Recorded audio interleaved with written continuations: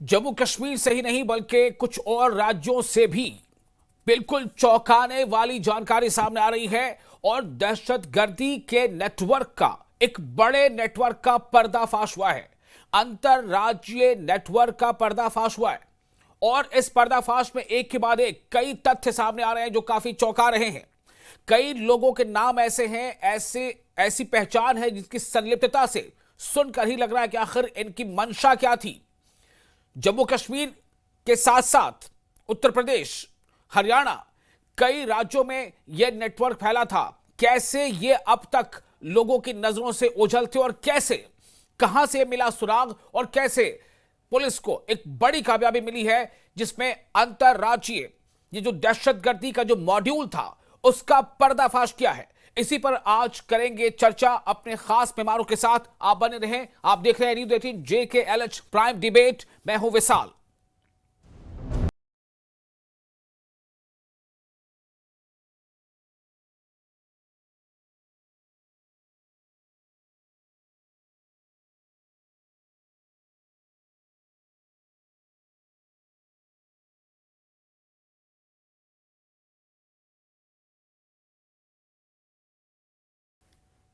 तो बड़ी आतंकी साजिश पर बड़ा एक्शन। जम्मू कश्मीर पुलिस ने देश में एक बड़ी आतंकी साजिश को नाकाम किया है और दहशत गर्दी के एक मॉड्यूल का भंडाफोड़ किया है। डॉक्टर मॉड्यूल का पर्दाफाश किया है।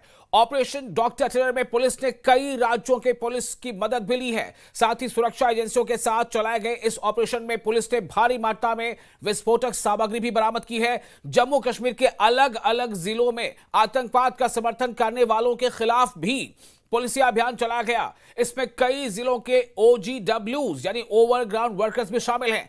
जो खबरें हैं उसके मुताबिक 100 से ज्यादा घरों पर छापेमारी एक साथ हुई है ताकि किसी को भागने का या तथ्यों को छिपाने का मौका ना मिल पाए। पुलिस की टीम कुलगाम, डोडा, राजौरी, कठुआ में एक साथ रेड की है। इससे जुड़ी बहुत सारी जानकारी सामने आ रही है और कई जानकारी ऐसी भी है जो चौंका रही है।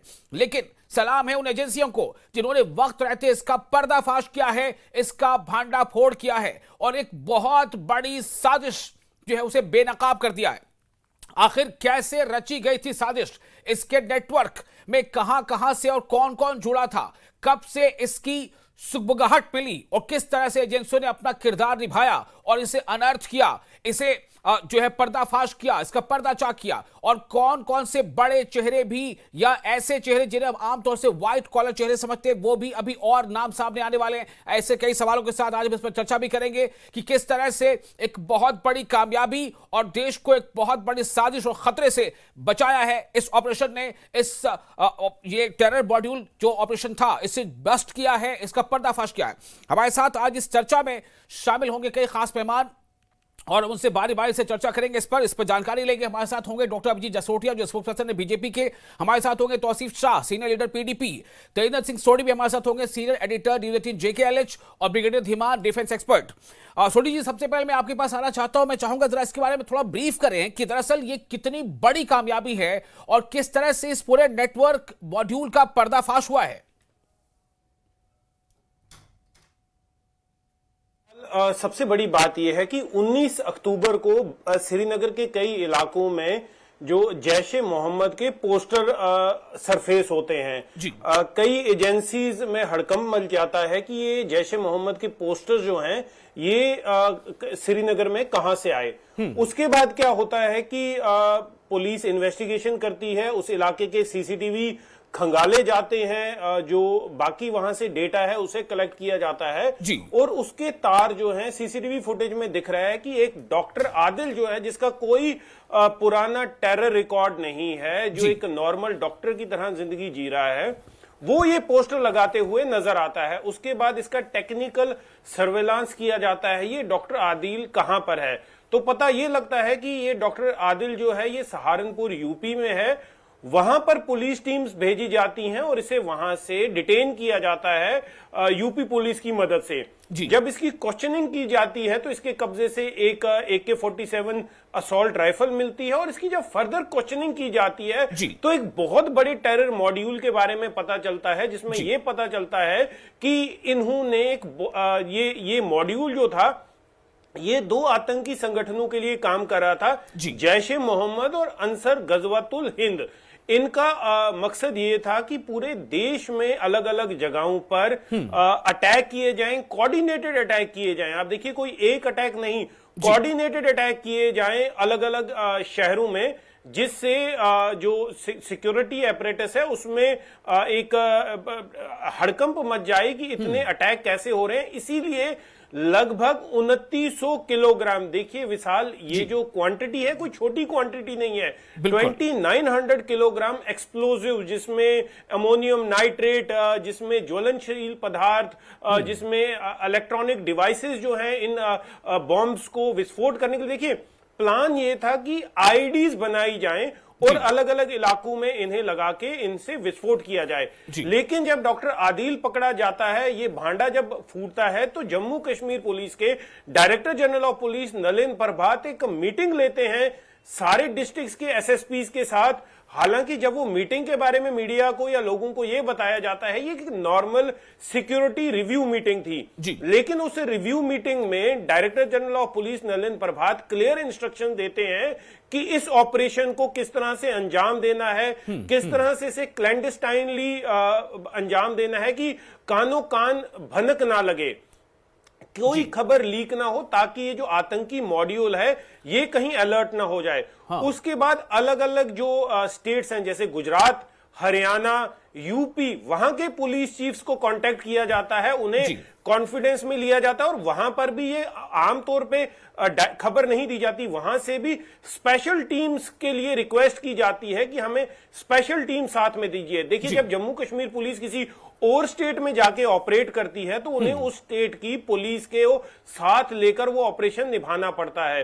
तो उन स्टेट्स की पुलिस से बात की गई, इसमें हरियाणा फरीदाबाद पुलिस को साथ लिया गया, स्पेशल जो उनकी टीम्स है एंटी टेरर स्क्वाड, उसको साथ लिया गया, और ये जो रेड्स की गई, आप देखिए इस रेड में जो सुबह जब पुलिस से जानकारी आई थी कि 7 लोग पकड़े गए हैं, अभी का अपडेट ये है कि इसमें 8 लोग पकड़े गए हैं। इसमें ये जो एक फीमेल डॉक्टर है उसे भी पकड़ा गया है, उसे भी अरेस्ट किया गया है। ये वही फीमेल डॉक्टर है जिसकी गाड़ी का इस्तेमाल किया गया था वेपन और एम्युनिशन को ट्रांसफर करने के लिए, उसी की गाड़ी से ये AK-47 असॉल्ट राइफल मिली है। तो इतनी भारी मात्रा में एक्सप्लोजिव्स, आर्म्स एंड एम्युनिशन मिलना ये साफ दर्शाता है कि ये भारत के विरुद्ध एक जंग लड़ने की जो साजिश है इन आतंकवादियों द्वारा, उसका एक बड़ा भांडा जो है वो फोड़ा गया है। जी बिल्कुल बिल्कुल, आपने बहुत डिटेल में तमाम बातें और संक्षेप में भी रखी हैं और डिटेल में भी बताया कि कैसे कुछ हुआ है।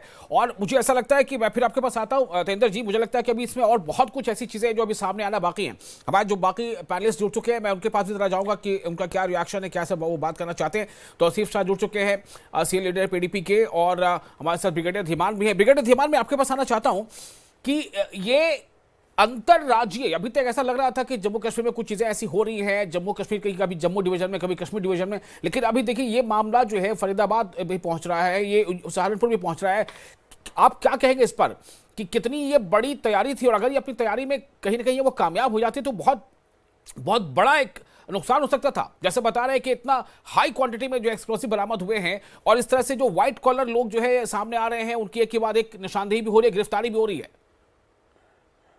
देखिए, जहां तक इस पर्टिकुलर चीज का सवाल है, मैं पहले भी आपको बताया था कि जो पहलगाम आतंकी हमले के बाद जो हमारी स्टेटेड रेड लाइंस हैं पाकिस्तान के टेरर एक्सपोर्ट्स के बारे में, वो बहुत क्लियर है। हमने बोल दिया है कि अगर उन्होंने कुछ किया तो we will react in a disproportionate manner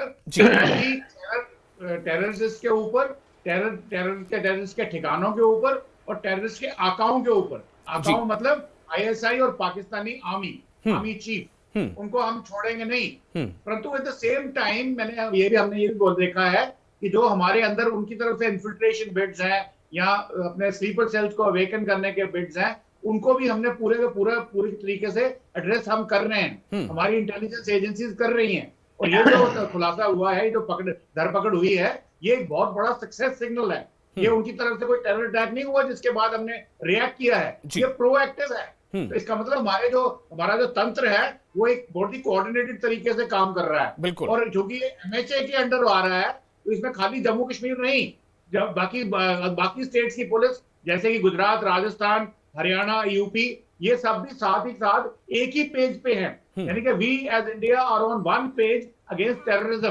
बिल्कुल। पाकिस्तान की तरफ से जो टेरर एक्सपोर्ट हो रहा है उस पे भारत का हर तबका उसके अगेंस्ट है और उसको निस्ते नाबूद करने पे उतारू है। तो इस तरीके के अगर जो मोदी जी की गवर्नमेंट की जो इस तरीके की जो पहल है, इस किस्म की जो मुहिम है जो होम मिनिस्ट्री की तरफ से चलाई जा रही है, आई एम श्योर एक जल्दी समय आ जाएगा, स्पेशली जम्मू कश्मीर के वासियों के लिए, कि उनको सिर्फ प्रॉस्पेरिटी और पीस ही उनके लिए ऑप्शन बचेगी। ये जो दहशतगर्दी जो उनके लिए जो दूसरी डिस्ट्रप्शन होती हैं, ये सब बंद हो जाएंगी और उन मासूम लोगों का खून बहना बंद हो जाएगा और पाकिस्तान भी इससे सबक सीखेगा। ठीक है, ये तो आपने सही कहा कि इसमें जो है बहुत ज्यादा प्रोएक्टिवली और बहुत ही कोऑर्डिनेटेड एफर्ट है, जिसके नतीजे में ये इतनी बड़ी कामयाबी पुलिस को या जो सुरक्षा एजेंसीज है उनको उनके हाथ लगी है। तौसीफ शाह हमारे साथ मौजूद हैं। तौसीफ, मैं आपके पास आना चाहता हूं, ये इसको कैसे देखा जाए? ये इस तरह से इंटरलिंक्ड, यानी जम्मू कश्मीर, सहारनपुर यूपी, फरीदाबाद हरियाणा, और इसमें डॉक्टर्स जो है वो इसमें मुलविस पाए जा रहे हैं, ये क्या बता रहा है? मतलब ये वाकई जैसा अभी एलजी मनोज सिन्हा साहब कह रहे थे कि इस तरह से जितने भी, चाहे वो स्लीपर सेल हो चाहे व्हाइट कॉलर हो, जो अभी अगर सरकारी तंत्र में भी कहीं भी अगर है उनके खिलाफ एक्शन होता ही रहेगा, तो क्या ये वाकई उसी का एक बड़ा चैप्टर आप देख पा रहे हैं इसे? तौसीफ जी जी जी, देखिए वासव साहब, मैं आपसे सिर्फ सीधा दो बातें करना चाहता हूँ कि as a nation we should be against the terrorism, so we are against the terrorism, but we also know कि हम ये भी जानते हैं कि यहाँ पर जो हमारा पुलवामा अटैक हुआ था, आज अप्रॉक्सिमेटली 6-7 साल होने को आ रहे हैं। 2017 में पुलवामा अटैक हुआ था, तो आज से तब तक 5 और 3 अप्रॉक्सिमेटली मानिए आपने 8 साल हो गए, तो अभी भी 8 साल में उसका रिपोर्ट नहीं आ रहा है कि ये जो 350 जो इतना किलो RDX पुलवामा में आया था और उसके बाद वहां तक पहुंचा जहां पर ये कार्रवाई चल रही थी, वहां ब्लास्ट हुआ। तो मैं ये सवाल कर रहा हूं कि अगर हमारे पास वो रिपोर्ट अभी तक नहीं है, ये रिपोर्ट तो इन्होंने दे दिया कि वहां पर हमने 200 किलोग्राम या 100 किलोग्राम का जितना भी RDX पकड़ा, गन्स वगैरह पकड़ी, तो बट मेरा इसमें एक ही अप्रीहेंशन है कि मैं ये आपको बताना चाहता हूं कि आपके सामने बिटा कराटे है, जिस बिटा कराटे ने एक्सेप्ट किया है कि उसने पंडितों को मारा है और गवर्नमेंट ऑफ इंडिया ने उसे दामाद बना के जेल में रखा है, तो उसे फांसी दी जा रही है ना। अभी इस मौजू से कैसे इससे ये कैसे मिल रहा है? अभी जो मैं आपको बता तौसीफ साहब आपको बता रहा हूँ जी जी कि ये बिल्कुल सीधा सीधा लग रहा है कि ये जो भी है ये सारी बिहार के इलेक्शन की तैयारी हो रही है। ये बिहार में जैसे भी इनको ये चाहते हैं कि वहां पर जैसे भी इन्होंने बहुत सारे वोटर जमा करे थे, जो राहुल गांधी आप इसे सियासी एंगल से ही देखेंगे, आप इसमें ये नहीं देख सकते कि इसमें क्या कुछ हुआ है और कितनी बड़ी कामयाबी है सुरक्षा एजेंसियों की या पुलिस के हमारे। जी नहीं, मुझे एक चीज बताइए कि इसको पकड़ने वाला पुलिस वाला था, वहां से जितनी भी बरामदी हुई वो सारी पुलिस वाले ने की। Very frankly speaking, very straight forwardly speaking, इसमें ये आप न सोचे क्या, हाँ ये है कि मैं आप मियां मिठू नहीं बनना चाहता, मैं आपको एक वर्चुअल शक्ल दिखाना चाहता हूं या एक रियलिस्टिक शक्ल दिखाना चाहता हूं। ये तो कोई बात नहीं हुई ना कि आप क्या वर्चुअल शक्ल दिखाना चाहते हैं। भाई जो चीज सामने है, जो प्रूफ के तौर पर, जो तथ्य के तौर पर सामने है, हम उसकी बात न करके हम उसमें कयास लगाना शुरू कर दें कि ऐसा हुआ होगा वैसा हुआ होगा। आपके पास कोई प्रूफ है तो बताइए, if you have any proof regarding this incident कि हाँ ये गलत है। मैं बताता हूं, हमारे पास ये प्रूफ है कि हैदरपुरा में जो हमारे 3 लोगों को मारा गया मिलिटेंट कह के, उसके बाद वो पता चला कि वो मिलिटेंट्स नहीं थे, वो बिल्कुल मासूम थे। ठीक है, उसमें राजौरी में जितने भी बहुत बातें भी हो चुकी हैं, उस पर बातें हो चुकी है तौसीफ साहब। सारी ये जो प्रेसिडेंस आपको मालूम है, ये जो वहां से प्रेसिडेंस आ रही है, आप कैसे कह सकते हैं कि ये भी उस चीज का कोई हिस्सा नहीं है? ये बिहार इलेक्शन। चलिए, मैं आपको एज ए क्वेश्चन इस पॉइंट को एज ए क्वेश्चन लेता हूं। मैं अगले मेहमान के पास जाता हूं, फिर से मैं तेंदुआ जी के पास जाऊंगा। पहले फर्स्ट रिएक्शन एक बार डॉक्टर अभिजीत जसोटिया का भी ले लेते हैं। जसोटिया साहब, ये मतलब पॉलिटिकल लोगों से बात करने का मतलब क्या होता है कि हर चीज का पॉलिटिकल ही एंगल पे जवाब मिलेगा? मैं जानना चाहता हूं कि ये जो कुछ हुआ है, इस पे पहले बजाय कि हम इसको तारीफ करें कि कितनी बड़ी एक साजिश उसका पर्दाफाश किया गया। जसोटिया साहब, बहुत बहुत धन्यवाद आपका साहब, और मेरे को पैनलिस्ट को भी मेरी नमस्कार। देखिए, मैं पूरी डिबेट को सुन रहा था। सोढी साहब की भी मैंने पूरी बात सुनी और सोढी साहब ने काफी तथ्यों के साथ पूरी बात का, मुझे लगता है, दूध का दूध और पानी का पानी कर दिया। उसके बाद भी अगर किसी इंसान के मन में डाउट्स है तो आप उसको क्या कर सकते हो। दिक्कत आप समझिए, जब हर एक, खासकर इस तरह के पॉलिटिशियन हर एक चीज पे से जब पॉलिटिक्स ढूंढेंगे तो आप समझ सकते हो देश की सोच आ रहा है। हमें पता है डीप स्टेट है जो काम कर रही है भारत की एकता और अखंडता के खिलाफ, और हम जानते हैं उसके तार कहां से कहां पर जुड़े हैं, और वो इस समय हेलबेंट है किसी तरह से भारत के अंदर कोई अराजकता फैलाई जाए, किसी तरह से भारत के अंदर कोई डैमेज किया जाए। और मैं भी फिर सैल्यूट करना चाहता हूं अपनी भारत की, हमारी जम्मू कश्मीर की पुलिस, अपनी पुलिस फोर्सेस को और अपनी सेना को, जो काफी हद तक इन दरिंदों से हमें बचाने में कामयाब हो जाती है। लेकिन इन पॉलिटिकल पार्टीज का आप क्या करेंगे?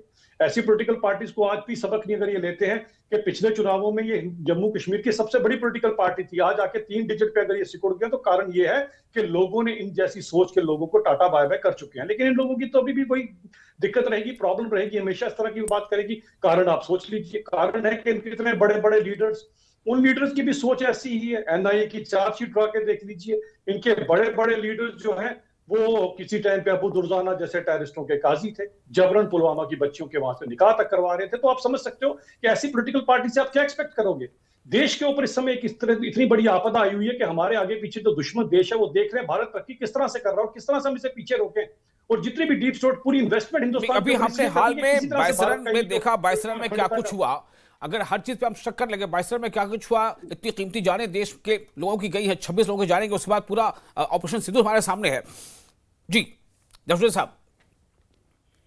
बिल्कुल सही बात है। आप देखें ना, जब हमारे पास बाइसन का भी इंसिडेंस हुआ था, उससे पहले कश्मीर में नील रिपोर्ट अमन सुकून जो है लौट चुका था, करोड़ों के हिसाब से सैलानी आ रहे थे, हर चीज ठीक होने जा रही थी। तो इसी पाकिस्तान ने क्या किया, बाइसन जैसा इंसिडेंस कर दिया। लेकिन आज पाकिस्तान को ये भी पता लग गया कि ये वो पुरानी सरकारें नहीं है, ये 22 मिनट में पाकिस्तान जैसे रादर ये नापाक मुल्क, जिसे मैं कहता हूँ आतंकवादियों का मुल्क जो है, इसे इसके घुटनों पर ला के रख सकता है। अब डायरेक्ट वारफेयर में भी इनसे हम जीत सकते हैं। इसीलिए जो उनकी पुरानी स्ट्रेटेजी थी, जिसके इंडिया 2000 वो स्ट्रेटेजी के ऊपर चलते हुए फिर से कुछ इस तरह फैलाने की कोशिश कर रहे हैं। लेकिन एक बात मैं आपको बताना चाहता हूं कि जिस तरह से हमारी एजेंसीज, हमारी सिक्योरिटी फोर्सेस, हमारी सेना काम कर रही है, इन लोगों के जितने इस तरह के षड्यंत्र हैं उन्हें हमेशा निस्तो नाबूद किया जाएगा। ठीक है ब्रिगेडियर धीमान, एक छोटा सा सवाल आपसे करना चाहूंगा कि जैसे अभी आपने जिक्र किया था कि भारत की तरफ से बहुत साफ कह दिया गया था कि अगर ऐसा कोई भी कार्य आगे हुआ तो उसे एक्ट ऑफ वॉर माना जाएगा। इसको किस तरह से देखा जाए?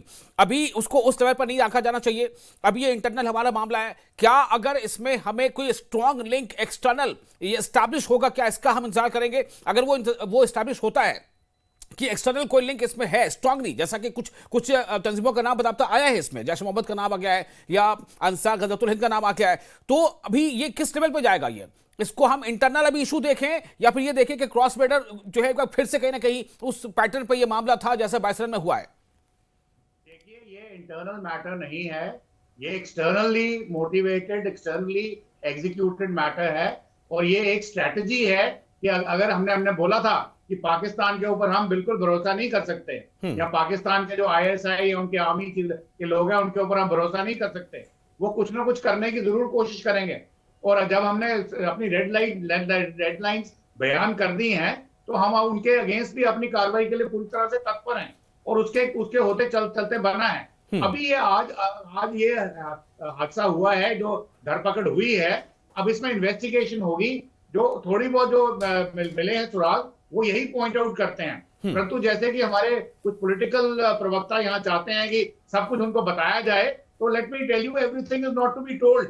There are lot of things which have to be kept confidential for the security matters. हर चीज बताई नहीं जाती है, इसलिए हर चीज को पूछने की जरूरत भी नहीं होनी चाहिए। अगर आप देशभक्त हैं, मुझे नहीं पता कि आप हैं कि नहीं हैं, अगर हैं तो ऐसे वाले सवाल उठाना एक बेवकूफी है और ये एक एंटी नेशनल एक्ट है और जो देश की सिक्योरिटी के खिलाफ है। हाँ, आप पॉलिटिशियंस हैं, आप बिहार इलेक्शन में जोड़ना चाहते हैं, जोड़िए, उसकी कोई प्रॉब्लम नहीं है हमको। परंतु ऐसी कोई बात मत करिए जो डायरेक्टली जो हमारी देश की सिक्योरिटी फोर्सेस है, जम्मू कश्मीर पुलिस है, एसओजी है, इंटेलिजेंस एजेंसीज है, आरआर है, आर्मी है, जो इनके मोराल के ऊपर इफेक्ट करती हो।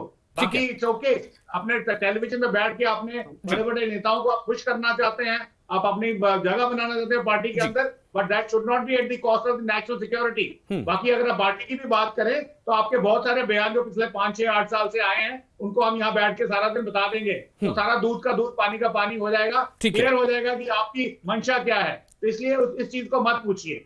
ठीक है।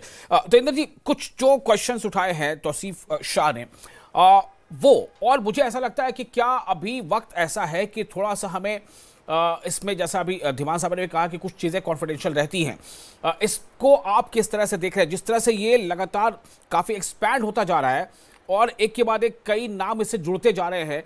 ये मामला जम्मू कश्मीर से फिर देखिए फरीदाबाद तक मामला जुड़ गया, सहारनपुर का मामला जुड़ गया। क्या ये एक किसी बहुत बड़े प्लॉट का हिस्सा था? क्या प्लॉट का वो पूरा अनर्थ हो चुका है, पर्दाफाश हो चुका है, कुछ इसमें अभी आप देख रहे हैं कुछ बाकी है? क्या मतलब लग क्या रहा है? देखिए विशाल, मैं किसी के बारे में जाती राय तो नहीं दूंगा, लेकिन एक पार्टी को रिप्रेजेंट कर रहे हैं तो कहीं ना कहीं ये लग रहा है कि अपना होमवर्क करके नहीं आए हैं। जब ये कह रहे हैं कि जो पुलवामा टेरर अटैक हुआ था उसकी रिपोर्ट कहां गई, तो इन्हें शायद मालूम नहीं होगा कि 13,800 पेजेस की रिपोर्ट जो चार्जशीट है वो एनआईए ने एनआईए कोर्ट में अगस्त 25, 2020 को सबमिट की थी, जिसमें 19 एक्यूज, जिसमें पाकिस्तान बेस्ड आतंकवादी, उनके कॉन्ड्यूट्स जो कश्मीर में काम कर रहे हैं, उन सबका नाम दिया गया है। किस तरह से ये साजिश रची गई आप देखिए, 13,800 पेज, ये मैं रिपीट कर रहा हूं, 13,800 पेज की रिपोर्ट। अब कई चीजें होती हैं, जिस तरह ब्रिगेडियर धीमन बता रहे थे कि वो पब्लिक कंजम्पशन के लिए नहीं होती है, ऐसा कभी नहीं होता। देखिए आज भी जो हमें पुलिस ने या जो चीजें बताई हैं, ये पूरी डिटेल्स नहीं है, पूरी डिटेल मीडिया और कॉमन लोगों की कंजम्पशन के लिए नहीं होता। सिक्योरिटी एजेंसीज एक अपने तरीके से काम कर रही है। एक मिनट तौसीफ साहब, लेट हिम फिनिश, मैं आपके पास आऊंगा तौसीफ साहब, थोड़ा सा वेट कर लें। रिपोर्ट देना नहीं होता। जी बोलिए देवेंद्र जी, बोलिए, कंप्लीट कीजिए। देखिए जो सिक्योरिटी एजेंसीज हैं वो लोगों के लिए काम नहीं करती, उनका काम होता है देश की सुरक्षा, देश की सॉवरेनिटी, देश की इंटीग्रिटी को बचा के रखना, और एक पूरा मैकेनिज्म होता है कैसे वो रिपोर्ट्स। देखिए जब पीडीपी की चीफ मिनिस्टर महबूबा मुफ्ती थी या मुफ्ती मोहम्मद सईद थे, तो आई एम श्योर कि उनके पास भी पूरी दिन की खुफिया एजेंसीज की रिपोर्ट्स जाया करती थी। वो रिपोर्ट्स पब्लिक कंजम्पशन के लिए नहीं होती थी, वो रिपोर्ट जो है एक पर्टिकुलर सेट ऑफ पीपल जो होते हैं सिस्टम में, उनके लिए होता है। बाकी रही आज के जो एपिसोड है इसके बारे में बात करता हूं। देखिए बिहार इलेक्शन के साथ इसे जोड़ना बिल्कुल एक नाइंसाफी होगी हमारी सिक्योरिटी फोर्सेस के लिए, जिन्होंने आतंकवाद का एक बहुत बड़ी साजिश को नाकामयाब किया। आप विशाल इस बात का अंदाजा लगा लीजिए, और पूरे देश को इस बारे में सोचना चाहिए कि अगर 2900 किलोग्राम विस्फोटक, अगर 100 किलो के भी आईडीज बनाए जाते तो 29 जगहों पे देश में विस्फोट कराने की साजिश थी। अगर 50 किलो के भी आईडीज बनाए जाते तो आप देख लीजिए 50 से ऊपर जगहों पर, लगभग 58 जगहों पर विस्फोट कराने की साजिश थी। कितने लोग मर जाते। तो तब अपोजिशन वाले ये कहते कि नहीं जी ये तो बिहार इलेक्शन के लिए किया गया है। नहीं, सिक्योरिटी एजेंसीज को पूरा क्रेडिट जाता है, क्योंकि ये कोई ऐसा तो हुआ नहीं कि रात को पुलिस वाले सोए और सुबह उठे और ये डिसाइड कर लिया आओ जी आज चल के रेड करते हैं। इसका मैं जैसे आपको पहले डिटेल बता रहा था, इसके तार जो है 19 अक्टूबर को ही जुड़ना शुरू हो गए थे, जब डॉक्टर आदिल सीसीटीवी कैमराज में कैद हुआ जैश ए मोहम्मद के पोस्टर्स लगाते हुए। आप देख लीजिए कश्मीर में पाकिस्तानी आतंकवादियों ने 1 लाख से ऊपर कश्मीरियों को कब्र में सुलाया हुआ है।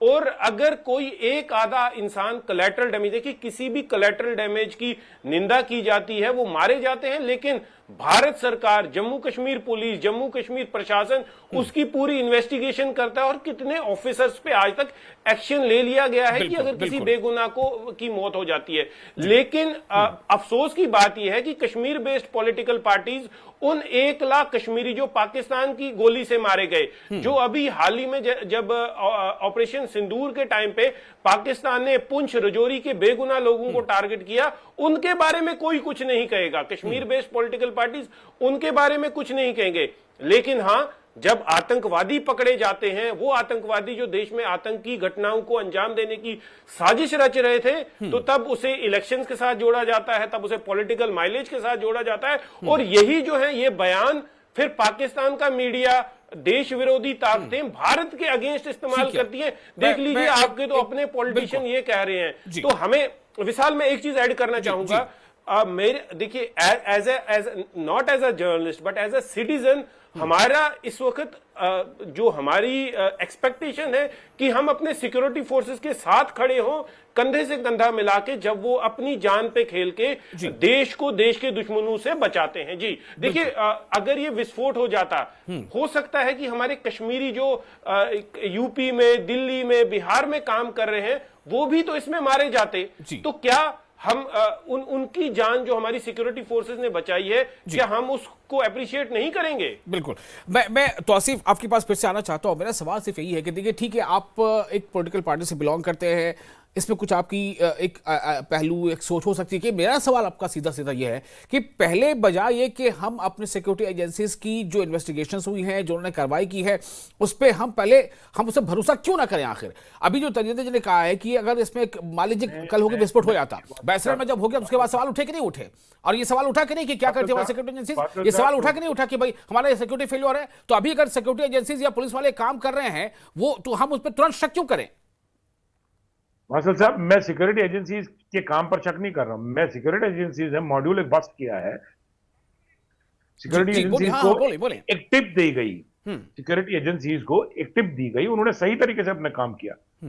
मैं ये नहीं कह रहा हूं कि मैं ये नहीं कह रहा हूं कि ये सिक्योरिटी एजेंसीज ने प्लांट किया है। मैं ये नहीं कह रहा हूं कि ये सिक्योरिटी एजेंसीज ने किया है। मैं ये कह रहा हूं कि yes, they have done their job very well and very right, but मैं ये कह रहा हूं ये आप देखिए कि ये इन द लार्जर पर्सपेक्टिव अगर देखा जाए, मैं दोबारा एक बार फिर रिपीट करूंगा, मैं सिक्योरिटी पर बात नहीं कर रहा हूं, मैं इसका पॉलिटिकल एंगल देख रहा हूं। जैसे तजिंदर जी ने बोला कि ये सीनियर एडिटर होने के बावजूद इन्हें ये नहीं पता है कि ये बार बार हमने बोला है कि जितने भी लोग जंग में मरे हैं, जितने भी पाकिस्तान की गोलियों से जितने भी कश्मीरी मरे हैं, वो वाहिद महबूबा मुफ्ती है जो उनके घर तक पहुंची है, जिसने उनके लिए बातें की हैं। जो जितने भी फौजी जम्मू कश्मीर में जो इंडियन आर्मी में सर्व करते हैं, वहां जो मरे हैं, वहां तक पहुंचे हैं। और अभी तो आप उस कोलैटरल डैमेज की बात कर रहे थे, उसका जिक्र कर रहे थे। अभी तो आप जिक्र कर रहे थे उस कोलैटरल डैमेज का, जिसकी बात हुई कि कोलैटरल डैमेज कई बार हो जाता है। किसी को पकड़े,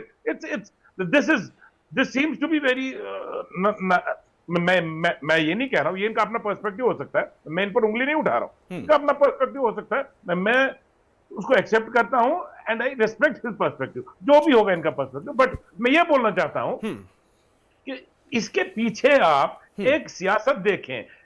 वो आपका काम है, आप देखें सियासत, वो आपका काम है, वो सियासत आप देखें, और सियासी पार्टियां ये करती हैं।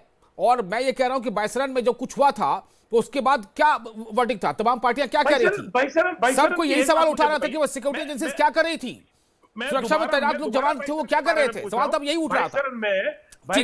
चलिए, आपकी सिक्योरिटी एजेंसीज ने रिपोर्ट दिया है। अब वक्त हमारे पास कम है, अब सॉरी, जिसको 15 दिन पहले उठाया गया था। साहब, जसोटिया साहब, बहुत कम वक्त रह गया है, 10 सेकंड में कुछ आप उसको वाइंड अप करें। जसोटिया जी, मैं आपसे चाहता हूं कि क्या आपका फाइनल कमेंट क्या होगा, ये बताएं, फिर मैं उसको कंक्लूड करूंगा। जी, फाइनल कमेंट मुझे ये कहना है कि एक मुझे शेर याद आ गया कि तुझे इस बाजार का दस्तूर मैं बता नहीं सकता, बिक गया जो खुद खरीदार वो हो नहीं सकता। तो ऐसे लोगों के बारे में आप और क्या बोल सकते हैं? ठीक है, हम इस पे बात कर रहे हैं, अब छोड़िए, वो सबका अपना पर्सपेक्टिव है, वो जो सवाल उठा रहे हैं। धीमान साहब, मैं ये जानना चाहता हूं कि आगे क्या अभी देख पा रहे हैं आप? क्या हमने जो कार्रवाई जो सिक्योरिटी एजेंसी से की है, ये अभी something more to be done, क्या है धीमान साहब? ऐसा है कि एक मिलिट्री ऑपरेशन था जो सब सिक्योरिटी फोर्सेस ने जॉइंटली किया है। इसके अंदर कोई पॉलिटिक्स इन्वॉल्व नहीं है। पॉलिटिकल एंगल ढूंढना, अगर बिहार इलेक्शन नहीं होती तो क्या ये इवेंट नहीं होता? ये पॉलिटिकल एंगल ढूंढना बहुत गलत है। और जो कर रहे हैं और वो फैक्ट्स, रॉन्ग फैक्ट प्रेजेंट कर रहे हैं, बोल रहे हैं कि महबूबा मुफ्ती जवानों के मरने पे गई या सिविलियन के मरने पे गई। चलिए, ओके, पॉलिटिकल एंगल से नहीं होना चाहिए हमें। अभी जो हमारे सिक्योरिटी एजेंसीज ने, सुरक्षा बलों ने जो भी इसमें कामयाबी हासिल की, हमें उनको टैप करना चाहिए। और ये वाकई, अगर आप सोचे जरा सा कि जितनी भारी मात्रा में जो विस्फोटक मिले हैं, ये कितनी बड़ी साजिश थी जिसे नाकाम किया गया है। वक्त बिल्कुल हमारे पास नहीं बचा। बहुत शुक्रिया आप तमाम मेहमानों का इस खास विषय पर बात करने के लिए। हमें इजाजत, और आप बने रहे नितिन JK के साथ। नमस्कार।